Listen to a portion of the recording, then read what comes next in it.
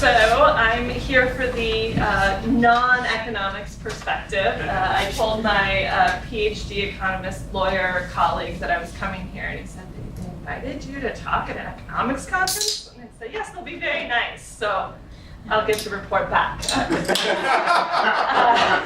So I'm going to talk a bit about some of my work in genetic discrimination, and the work primarily is around how genetic information is used in life and long-term care and disability insurance, which is a little bit different than we've been talking about today, but I'll tie in hopefully a lot of what we've talked about. I'm happy to take questions in broader areas. This is just the latest piece that I've been working on, although I've written in insurance coverage of gene therapy technologies, and I'm interested in the polygenic risk scores, and so I think there's a lot of ethics and legal perspectives that we could talk about. So my goal is to be interrupted a lot or finish early to have an open, broader discussion of some of the themes that were raised with personalized medicine and precision medicine.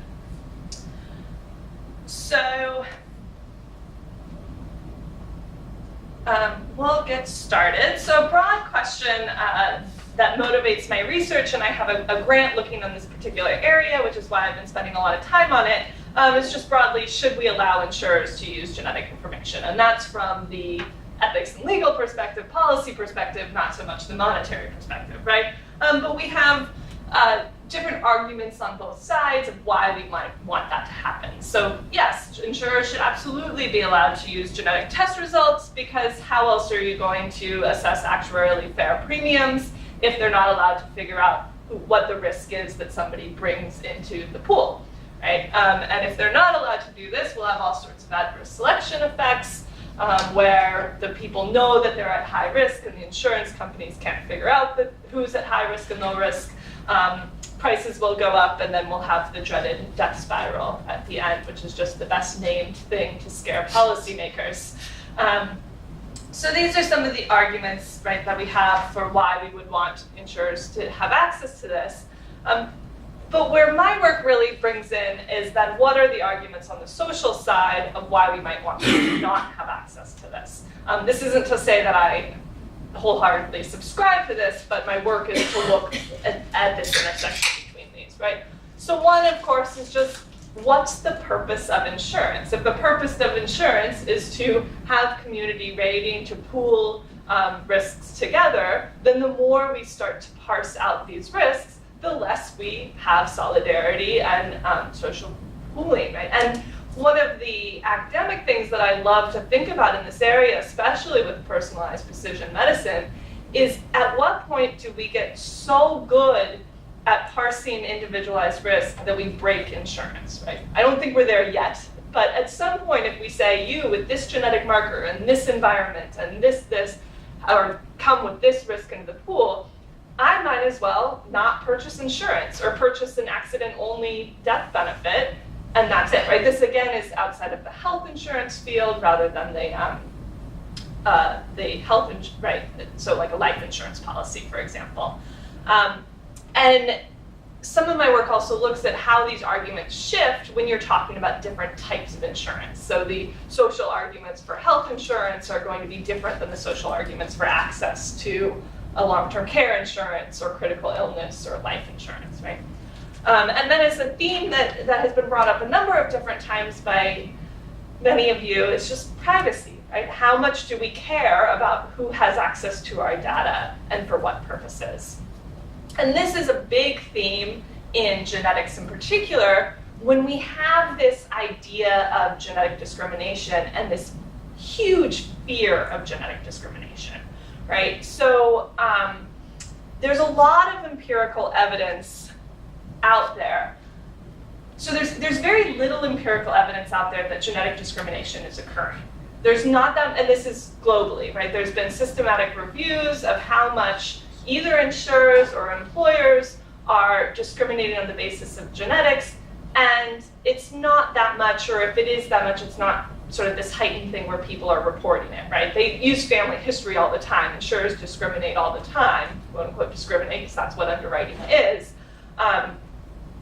But there's not that much empirical evidence of, say, an employer firing somebody because of a certain genetic trait. Despite this, there's a lot of empirical evidence that it is stopping patients from participating in genetic testing in medical care or participating in genomics research, right? So from a precision medicine perspective, I think that's why some of this genetic discrimination research is important, even as we're thinking about precision medicine in the clinic, because we can't get people to be tested in the clinic if they're fearful of these outside back-end effects, right? And indeed, there's a number of different studies. One such example is Robert Green at Harvard has done, he did the he's done a couple of different genomic sequencing studies, and he was recruiting people into this, and he had really high rates of people not choosing to undergo genomic sequencing as part of the research because of fear of insurance discrimination. What I found most interesting about some of that is there was one study where it was sequencing newborns, and the parents were opting not to have their children undergo genomic sequencing because of fear of life insurance discrimination, right? So this is 30 years out when their child might be wanting these sort of privately underwritten insurances, and they're still fearful enough of it now that they're not participating in the research. So huge implications for just how much data we can gather to feed back into this loop.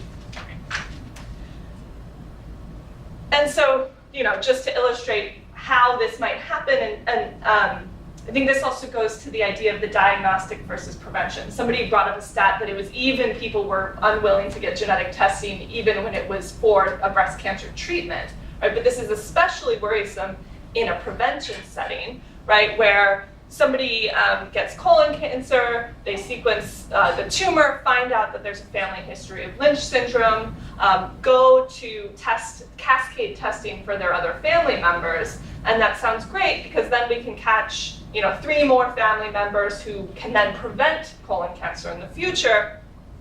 Person waits a while, applies for life insurance, and is denied, right? So by virtue of the fact of them trying to figure out what their risk might be in order to prevent this disease, they then sort of get a slap in the face when they are trying to do something good for their health and have this social consequence that comes from it. And this isn't actually what happens necessarily. A lot of life insurers would insure at a higher premium, right? It's not an outright denial. But these are the stories that get told in the advocacy communities, right? In the BRCA community, this fear is really, really rampant. So some of my past research has looked at case studies from across the globe of how countries have addressed genetic discrimination, particularly in private individually underwritten insurances. So again, outside of the health space, but I think has a lot of consequences backwards. So I'm just going to highlight a couple of the ways that the legal realms have sought to address this issue, this concern. Right? So UK is one of the more well-known examples of what they do in this space. So in the UK, all the way back in 2000, early 2000s, insurers joined this voluntary agreement to not take into account predictive genetic test results. And this is in life insurance, critical illness insurance. And there's a couple of different parts to this policy, but I think one to note is that it's predictive versus diagnostic genetic test results. So if it's for a diagnosis, they will take it into account, which makes sense from a fairness perspective in the sense that if 2 people have heart disease, why are we going to treat the person who has a genetic cause for that heart disease differently, or a known genetic cause for that heart disease differently than somebody who has heart disease for environmental risks, right? We could have a debate about that, but that's sort of why there's this predictive diagnostic divide. But in terms of predictive tests, the insurers way back in the 2000s said, no, we're just not going to take it into account. Except there were a couple of policy mechanisms put in place. So one is they created this monetary cap. And so they said, if it's a life insurance policy or a critical illness, they set caps for all the different ones. But if it's a life insurance policy, I believe it's £300,000. So if it's a policy for under £300,000, we will not take into account any predictive genetic test results. If it's a policy for over £300,000, we can take into account test results. And I'm going to put a little asterisk on that because I'll talk about that next. But this is a mechanism that has been implemented in a number of different countries. And the goal is to increase access, right? So everybody at least has some access to insurance, no matter what their genetic predispositions. But it also limits some of the fear about adverse selection because you can't get a £2 million insurance policy when you know you're at high risk, and that can't be taken into account, right? So it balances that out of it. Yeah? Do you have exclusive contracts? You cannot have contracts with different insurance firms? Yeah, that's a good question. In the UK, I don't know what their mechanism is. Do you know? I actually do. Yeah. So this question bugged me too. So I emailed many people who were on that commission. I can't remember what the name of the commission was at the time. The ABI. The ABI, right? Yeah. No. The oversight. Oh, the government and Government yeah. committee, GEIC, yeah. So I had met people at conferences from that committee, and they never knew whether it applied to the total insurance you buy or just each policy. Yeah. And so, when I got back to Canada, I started phoning. I just bugged them and bugged them and bugged them, and finally somebody admitted he didn't really know. So that's the answer. They don't even know. There is a simple manner to know that. If you observe in practice a convex tariff, it's incompatible with non-exclusivity. Because in such a case, everybody will buy small contract instead of buying more important. So I think one of the reasons we might not know is because of this second piece. So the second piece is, we won't take it into account predictive tests below the certain amount, and above the certain monetary amount, we will only take into account predictive genetic tests that have been approved as actuarially sound by this GEIC committee, the Genetics and Insurance Committee. And the only genetic test that this committee has reviewed and accepted is Huntington's disease for life insurance. And so in effect, I think it's such a small population that nobody's actually come together with that. Now, if this policy, this will become relevant for Canada, and could be relevant elsewhere. There's other mechanisms. So, like in Canada and the U.S., there's a medical insurance bureau, the MIB, and so every time somebody applies for life insurance, it gets reported into this MIB, and so the insurers can see how many other policies you have. So in other countries, there would be a mechanism for them to say, well, hold on, you have 18 policies for the cap.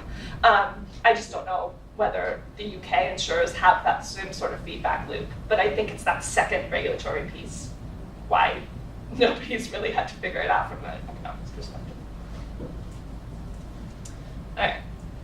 So here in Canada, it's been an interesting few years in terms of genetics non-discrimination. Right? So in 2017, Parliament passed a non-discrimination legislation, the Genetic Non-Discrimination Act. Legally, this is a fascinating bill because it makes it a criminal act to form a contract on the basis of genetic information. Any contract, landlord, tenant, selling goods, anything, right? Also an insurance contract.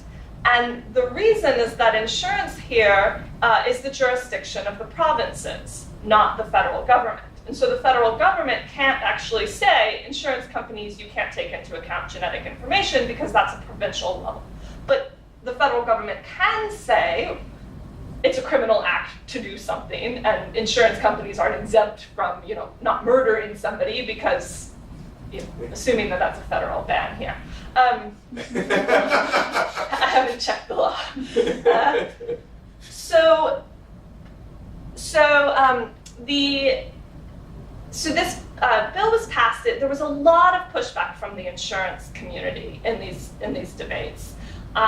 And interestingly, one of the first proposals of this bill actually had a monetary cap in it. So it modeled the UK system and said, well, you can't use genetics in any contract formation except for insurance policies over a certain Canadian dollar amount. And the insurer said, see, you're targeting insurance, and so therefore it's not your jurisdiction. To which the senator who had introduced the bill, Senator Cowan, said, okay, fine, I'll take out that monetary cap. Right? And so by pushing back and saying you're targeting this, the insurance industry effectively made it a worse bill for them in the end. And just before it was passed, there's an insurance industry code where it's a voluntary industry code, and they implemented a self-imposed monetary ban, right? So, or monetary cap. And I actually forget, Mike, do you know what the current, yeah. It's in the hundreds or $200,000. And so just before the vote came up, the insurance industry said, just kidding, we'll self-police ourselves, and we won't take into account this genetic information above. I should also say from an adverse selection perspective, this law defines genetic information to include diagnostic tests, not just predictive, and so it has a much broader potential impact. It also stops employers from using that and changes the human rights code, so it's a bigger bill than just insurance.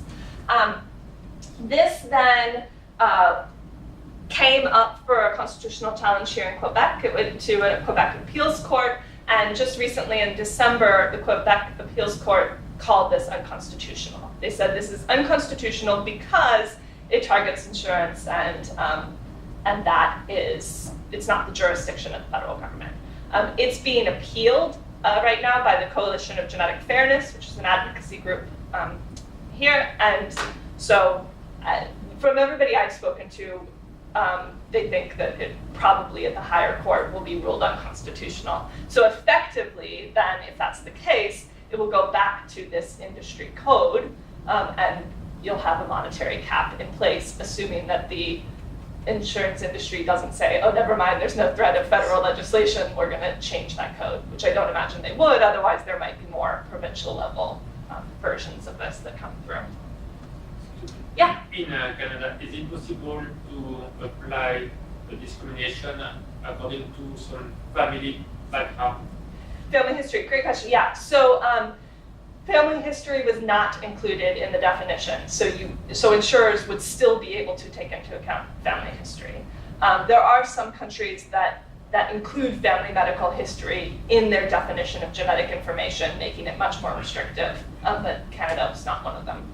So yeah, they effectively could still use that. And I'll talk a little bit about how that affects actuarial modeling in a bit.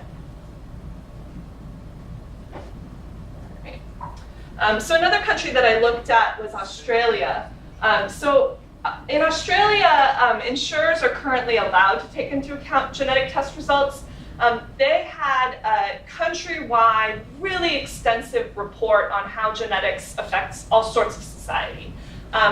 And the group there said, we have this anti-discrimination law for disability, right? And that requires insurers to have actuarial justification in order to use any medical information, right? Any sort of disability medical information, and we're okay with that system.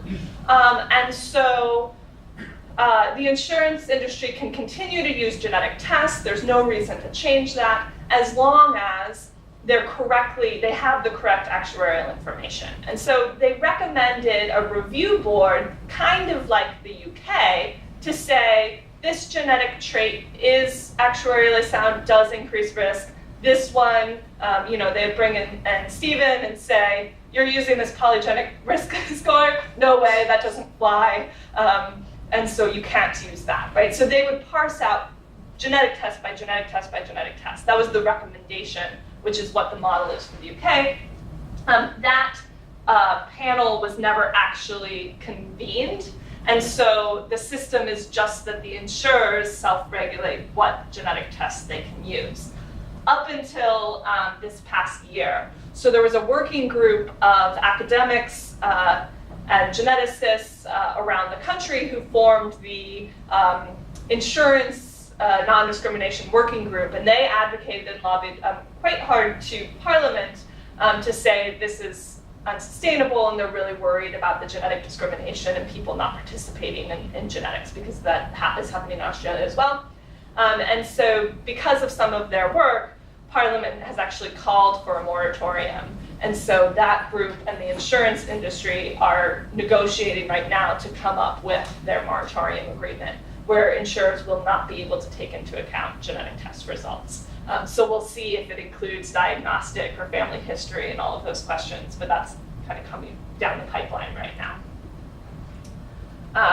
And then in my home country that's been rightly disparaged enough in this conference, we have a federal law, the Genetic Information Non-Discrimination Act, and it prohibits health insurers because we don't have the National Health Service, so we had to start the debate way back in health insurance. And so that was passed in 2008.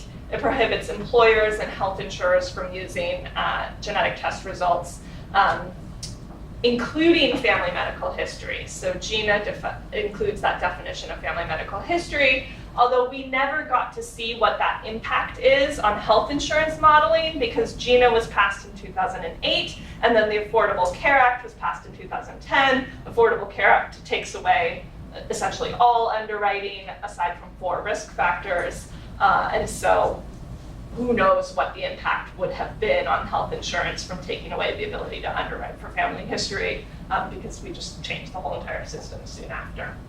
Although, as the Affordable Care Act is whittled away, if that happens due to political pressure, GINA will still be left, right? Assuming that they don't also try to whittle away GINA, but that's not where the public dialogue is, right? It's get rid of Obamacare, ACA, but GINA would still be on the books. And so if that happened, we would then maybe get to see whether or not, what the effects are on health insurance premiums. So we'll just, the way I know a lot about all of these different countries is through this grant I have. I had gone and interviewed policymakers, geneticists, insurers, advocacy members in all of these countries, and did interviews to just see what the policy was, what the arguments were, what worked, what didn't, right? So I learned a lot about the policy, and I'll just talk a little bit about some of the findings. Okay, so one is that in those, and I should mention, when I was here in Canada last for these interviews, it was prior to the passage of the Genetic Non-Discrimination Act. It was being debated, but it hadn't passed yet. So as compared to UK, Canada, and Australia, there was much heightened fear of genetic discrimination. This isn't empirically done, this is just in my interviews, people talking about that fear of genetic discrimination. In the UK, people really didn't talk about fear of genetic discrimination. So that system of the monetary limit and the review really worked to lower fear of genetic discrimination. In fact, where the fear, if there was any discussion of fear of genetic discrimination in the UK, it was around travel insurance, where they were worried about their travel insurance being denied based on genetic information, which one doesn't really make sense to me from a risk perspective, because what are the chances that you're gonna die of breast cancer while abroad, right? I mean, there could be some, with the sudden cardiac, right? There could be some really limited genetic conditions, but it would be 1 or 2 of sudden cardiac death ones. But I asked somebody, I said, well, what is it about travel insurance? And they said, we are a tiny island. We have a right to leave it. I thought, okay. And the other piece that I thought was interesting is the UK moratorium. The feedback I got from both the insurance side industry and the advocacy medical community was this system is working, right? And you might imagine that the insurance community would be up in arms about this, but they were really quite happy with it. The system with the moratorium is that it was reviewed every 3 years and re-upped, and so since 2000, the insurance industry has said, yes, we're okay with this, yes, we're okay with this. And the latest reiteration was last fall. So they're monitoring it. seeing whether the new risk scores are going to change things, but they really are quite comfortable with not underwriting on the basis of predictive tests. Where there was really big debate in all countries is how useful is genetic information really, right? And then can insurers be the one that we trust to get that right? So those were two of the main themes that I'll highlight here. So this is a big block of text, but this is a UK advocate who really is bringing up the point that we have a handful of monogenetic conditions that might be quite important, but most people live for a long time and have whatever risk they have. So the part that I really think is good, and anyway, if you've had somebody paying insurers until they're 80, you've probably got a fair whack out of them, right? The point is, our life expectancy hasn't changed dramatically, even as we get more and more information about somebody's risk, and so will it really affect insurance all that much? And the insurers agree with this, for the most part right now. Canadian insurers said, a lot of genetic test results just really aren't that helpful for us. We might as well get a urine sample, a blood test. We have other ways of determining risk that are much more helpful than a genetic test. And I think this is really what struck me when you hear the two sides of the debate of, yes, use genetics, no, don't use genetics. Everybody still agrees that it's not that helpful. I think where the biggest concern is it might be helpful in the future, right? It goes to Mike's sort of promise, right? Are we looking at this as being, in just 2 years, we're going to be able to predict everything, or not? And the insurers, I think, want to keep the ability to underwrite, even if they're not doing it right now, because we might get this new polygenic risk score. We might get this new thing that will make it more predictive and more helpful. But they all kind of acknowledge that other than Huntington's disease, maybe BRCA, maybe a couple of cardiovascular diseases, they're not interested in using it for predictive, right? Diagnostic, we'd be much more likely to bring it in. And then in terms of the second part of the theme, right, this is complex information. We don't really know from a medical perspective what it does for risk.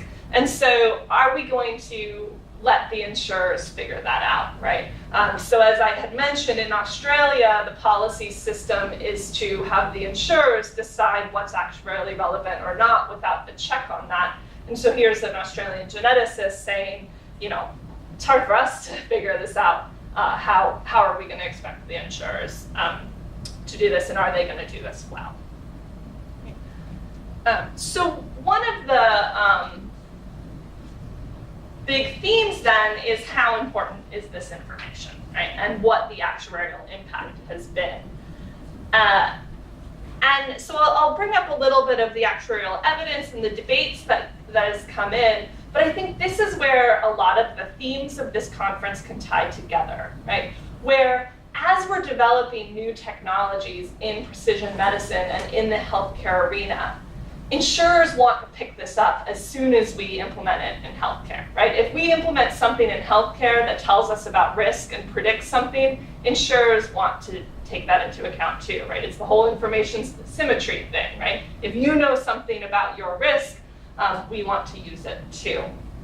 And so they're already talking about using polygenic risk scores in insurance underwriting because that's a really attractive thing. You just get one score and don't have to deal with all of the other pieces. You just run this algorithm and know whether or not to insure somebody. But I'll talk about some of the actuarial debate within the monogenic genetic tests, just because that's where the debate has been. I do think this is going to be more forward-looking, though. Mike talked a bit about an actuary in Scotland named Angus MacDonald. So just full disclosure, he was a advisor on the previous part of my grant that was a trainee part of the grant. So I know him fairly well, but he's done a lot of modeling on what the actuarial impact of insurers not being able to take into account genetic information. And he's done some bottom-up modeling, top-down, so essentially saying if we allowed everything and then took away some things, or we allowed nothing and then built in some things. And overall, he finds there's not that much impact on premiums if we take away genetic information. And some of the reasons for that is that when you're talking about life insurance, for example, right, you need an adult onset genetic condition that is highly penetrant, right? If you have the marker, you're going to get the disease, or you're really highly likely to get the disease, that doesn't have any clinical symptoms that the insurers could figure out otherwise, and in the case of the UK, doesn't have a family history pattern that they'll find otherwise as well. So once you start to say insurers could find that information, what's left is a very small piece of the pie, right? And so insurers not being able to take that into account just doesn't do much for premiums, right? So that's the modeling work that he's done,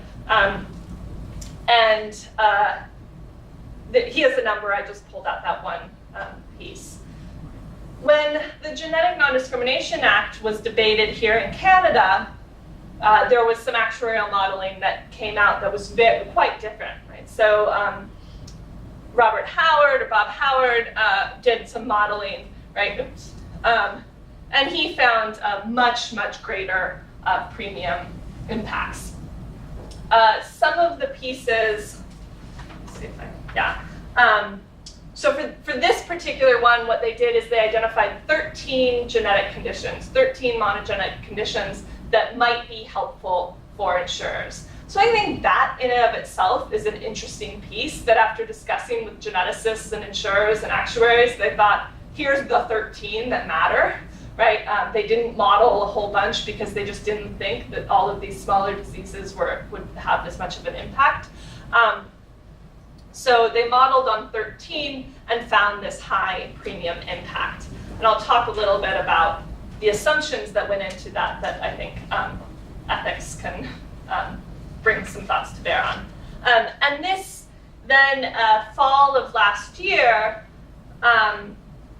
the US Society of Actuaries did another report on this as well, and they're sort of in the middle of Angus MacDonald and Bob Howard, right? So we have this whole range of actuaries saying, you know, the sky's gonna fall if we take away this ability to underwrite versus, it's fine, they don't really need it, right? And one of the big, right, so here we have, you know, middling effects, although they do model on the same 13 conditions from the Bob Howard paper, right? So they essentially just took his methodology and applied it in a different way with slightly different assumptions. And so one of the big assumptions going into this is what are individuals' insurance purchasing behaviors when they get genetic testing? And so, I mean, I can put this up and you can read as I'm talking, but what the Bob Howard modeling did is they said, of everybody who gets tested for these 13 monogenetic conditions, everybody who tests positive, 75% of them will go out and purchase as much life insurance as possible. Okay? So this was the assumption going in, and as a lawyer ethicist, I think, have you ever talked to anybody? They can't afford $1 million policies. Maybe some people can, but a lot of people can't afford that much, right? Wouldn't get that anyway, because if you apply for life insurance making $40,000 and you're applying for $3 million in coverage, they might question why you're doing that, right? A lot of people just want to cover their house and make sure their kids are okay. They're not necessarily trying to game the system. Some definitely will game the system, but I think there's a lot to parse out here, and that's one of the differences in the US Society of Actuary reports is say, okay, if we lessen the assumption a bit and say, not everybody's gonna go out and purchase a ton of insurance, then we don't get as high of premium impacts. And so I think this is an area where there can be a lot more modeling and just social science research into what do people do with this information. And I think this is also an area where it's really interesting to think about the different types of genetic information that come through, right? So if we have a monogenic genetic condition like Huntington's disease, where you get it and you know that you're going to pass away before you're 50, yeah, you're probably quite likely to go out and get long-term care insurance and life insurance. But if you find out that you have a 50% increased risk of a disease that has 30% risk in the population, are you going to get the same sort of insurance? And then if you say, hey, you got this polygenic risk score that puts you way back up at this 90% risk, are people going to be able to parse that out in the same way, right? Are they going to treat the polygenic information the same as they do the monogenic information? And so I think there's a lot of interesting research that can be done in this space of how do people react to the genetic test results. There's already some showing that they don't do much to change their health behavior. So then would they do much to change their insurance behavior as well? Yeah. Has anyone thought about insurance selling behavior, like biological markets? Yeah. So that definitely comes into play, right? So one of the arguments in this modeling debate is that there's not a viatical in the UK, but there is that market in Canada and US. And so a lot of the insurer side argument is this is much a greater risk because of viatical. And indeed, in the legislative hearings here for the Genetic Non-Discrimination Act, there were some insurers that said that they had prepared this scheme where they had investors on board, and it was you go to Huntington's Disease Society of Canada and you say, we're going to purchase $2 million insurance policies for all of your members. We're going to pay the premiums. We're going to keep $1 million of the payout for our investors. We're going to give you, Huntington's Disease Society, $500,000, and we're going to give the individuals' families $500,000. Isn't it great for everybody, right? And they said that they had investors lined up for this scheme. I don't know I think in some cases that would work, but I'd be really curious. I was kind of hoping that the constitutional challenge wouldn't pass just so I could see what happens with that. The amount the family should get should be a function of the person's risk score. Wait, what should be a function? The amount the family gets to keep. Yeah. Yeah.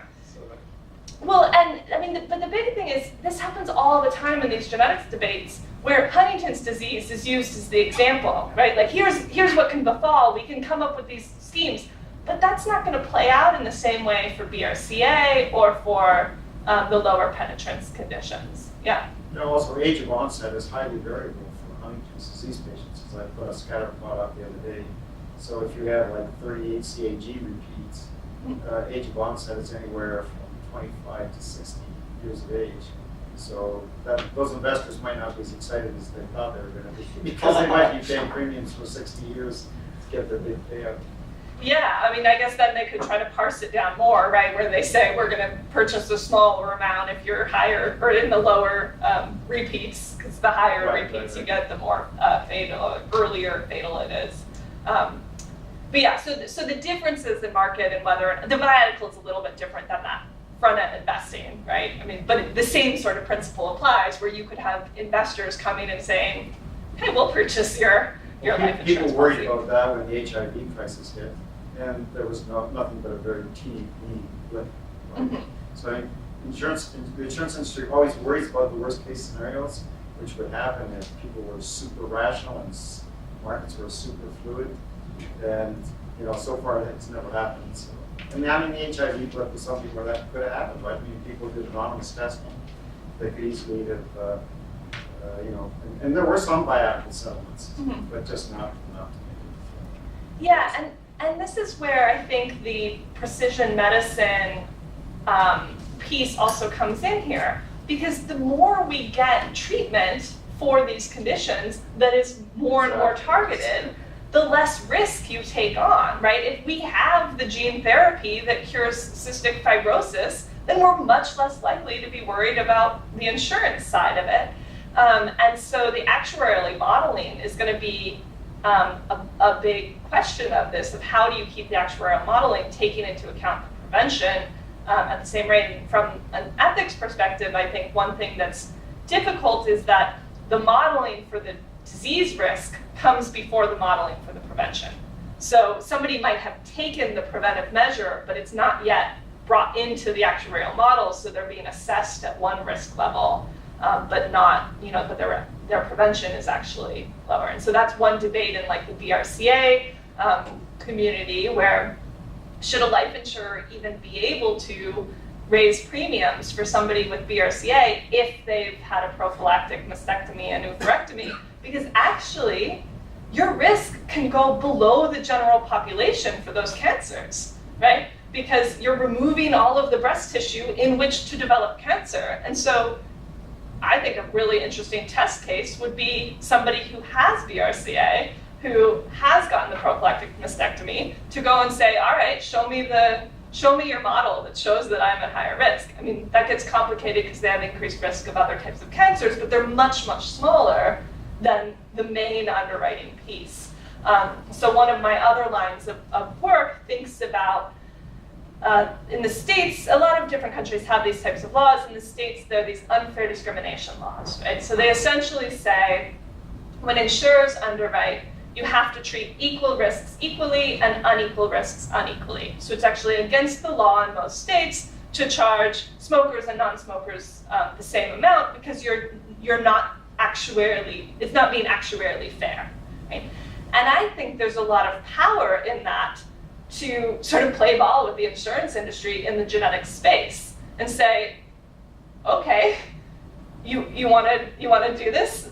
I can parse out genetics risk, right? And there's a couple of cases on this where, for example, in California, there was a man with a particular type of FSH. I forget what FSH stands for, but there's a condition, FSH.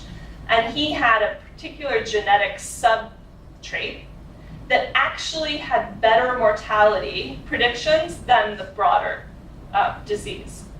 And he applied for mortgage insurance and was upcharged. His premium was higher because they underwrote him with general FSH. So he came back and he said, no, I'm not that risk, I'm this more specialized risk. And the California Supreme Court said, you're right, this is actually a violation of our civil rights code because you didn't properly classify that risk. And so if you take all of the information we're getting about parsing risk in precision medicine of this particular gene variant is linked to this particular treatment and this particular prevention, and you feed that back into insurance and say, not only can you use this information, you have to use this information. For some people, that'd be really helpful. For some people, that's just going to, like I said, break our system of pooling risks together, right? So some of the pieces I'm looking at with this. But in terms of the insurance purchasing behavior, I think there's a lot of questions of what people will do with this, including, do they sell this, would they sell a biatical, would they do a biatical settlement, depending on this. So there was a sociologist in Europe who has written a lot in this space, Ian van Hooijwegen, and she wrote a number of different, she did a book looking at risk classification and genetics, but she has this paper from 2005 that talked about the phases of insurance debate, right? So from a policy perspective, how has the insurance industry across the globe reacted to this debate about can we use genetic information or can we not? So the first phase that she talks about is that the insurance company uses this sort of public relations phase, right? The public just doesn't understand adverse selection. They don't get risk classification. If they only understood what we were trying to do, they would get that we need to classify risk, right? And I think this comes up a little bit in economics too, right? If they just understood the economic principles, everybody would get it, it would be fine, right? And so first it was, well, we're not pitching this the right way. We need to do more to educate the public. Then that didn't work quite as well because they educated the public and the public still said, no, I want access to insurance, right? This isn't about sort of the medical fairness or the insurance principles, it's about solidarity, it's about I can't control my genetics, and so just because I can't control it, I don't care if it's actually heightened risk, I deserve this insurance, right? And so then Hoyvegen talks about this defensive approach, which was then the sky is going to fall, there's going to be death spirals, and there's dire economic consequences if we can't use this information, right? So there was the right to underwrite was this movement in the insurance industries, and a paper was written in the UK called The Right to Underwrite, right? And it's this, no, we have to follow these principles, otherwise there's going to be this, this catastrophe, right? And then, there's this third phase that started to happen, which was this compromise position, right? And so the insurance industry started to realize, okay, the first two, you know, we've told the public a little bit more about this, they're still not on board. We've predicted these economic consequences, but actually maybe that won't happen. And so let's start to compromise. And these generally came under threat of legislation. Right? So in the UK, Parliament was discussing a ban in the late 90s, and they were thinking of banning insurers from using genetic information. And so the UK insurance industry said, actually, let's put together this industry code, this moratorium. Same thing in Canada. There's the threat of the Genetic Non-Discrimination Act, and so the industry code comes in to add a few more consumer protections to this. Some of the common protections that the codes address, like I said, are the monetary cap. Also, they'll oftentimes say, we won't undertake genetic testing. So they'll use the genetic test results that are already in the patient's medical records or the applicant's medical records, but they won't actively do genetic testing themselves, right? In a lot of places, that would be perfectly legal for them to do. Right now, I don't think it's happening that much just because of the cost-benefit analysis of sequencing, but there's some epigenetic markers that insurers are becoming really interested in using. There's some researchers, a group at UCLA and actually a group at Iowa who are doing epigenetic testing that can predict your biological age. That's the group out of UCLA. So not your chronological age, but your biological age. And they say that they can predict within 4 years of when you're going to die. Okay. Which, you know, even if they're not that close, but they're better than just chronological age, insurers think, or life insurance in particular, right, are going to think, yeah, we just do a little blood work, pay for this epigenetic test, and that's worth it for us, right? And then for the smoking and alcohol consumption tests, insurers really like the idea of these because those are self-reported and really hard to measure, right? And you can do urine analysis for smoking, but you just have to give up smoking for a week, take the test, and it doesn't measure past smoking, right? So you could be a 6-pack-a-day smoker up until the week before, and then get underwritten at a general level. But these epigenetic changes will be longer lasting, and so you can't hide it as much. So there's more and more types of genetic testing that's coming about, or epigenetic testing, that I think insurers may be more willing to pay for than these monogenetic conditions. What's interesting from a legal perspective is whether or not our existing genetic non-discrimination laws cover the definition, whether their definitions of genetic tests would cover epigenetic testing or other types of testing that comes up. Another example would be microbiome, right? So there's a lot of medical research going on right now that says that sequencing the DNA of your all of the microbes in your body. You have more microbial DNA in your body than you do human DNA in your body, right? And if you have certain gut bacteria, right, you have certain diseases, right? They're starting to link up that if you have this type of gut bacteria, you're more likely to have celiac disease or whatever it is, right? And so if people start to do microbial genetic sequencing, that might be great for precision medicine, right? We're not just doing precision medicine for you, the human, we're doing precision medicine for you, the microbe culture, right? And that could be great, but then can these other societal actors use that? And I haven't done this analysis, but I'm guessing most laws that cover genetic discrimination are not written broadly enough. I mean, they're going to say human DNA. A lot of them say human DNA, right? And so there could be multiple ways where we're going to just rehash this debate over and over and over again for monogenic scores, for polygenic scores, for microbial, for epigenetics. And it's just the same sort of cat and mouse game of, you can't use this information, fine, we'll come up with a better risk predictor, but you can't use that information, back and forth, back and forth. So going back to these phases of debate, right, we have these compromise positions that came from threat of legislation, right? And this is just the quote from Van Hooijwegen, right?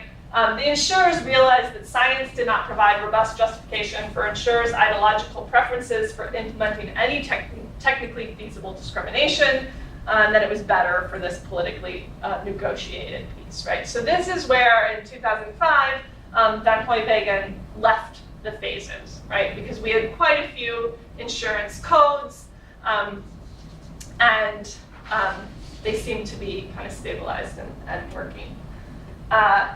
So I have a forthcoming piece that should be published any day now. I did my work, I did the edits, we're ready. Where I talk about, I build off of Van Hooijwegen and argue that there's this fourth phase. And so I argue that we are never going to see the end of this debate as long as genetic testing continues to be salient, right? If you think about political economy and you think about how insurance industry should have the political economy to sort of run over the individuals in any debate over whether or not they should be able to underwrite, you would expect across the globe that the insurance industries are going to be stronger and be able to say, yes, we have this right to underwrite, and yes, we should be able to use all of this risk information. But there's a number of pieces of literature that say that when an issue is salient, stakeholders can control the dialogue much more in the insurance space. And anti-discrimination principles are a big piece of this. And I think genetics is a particularly salient issue. We could debate for hours and hours about genetics exceptionalism, and I am sympathetic to a lot of those arguments. There's not that much different about genetics than any other medical information, except that there's something different about it, right?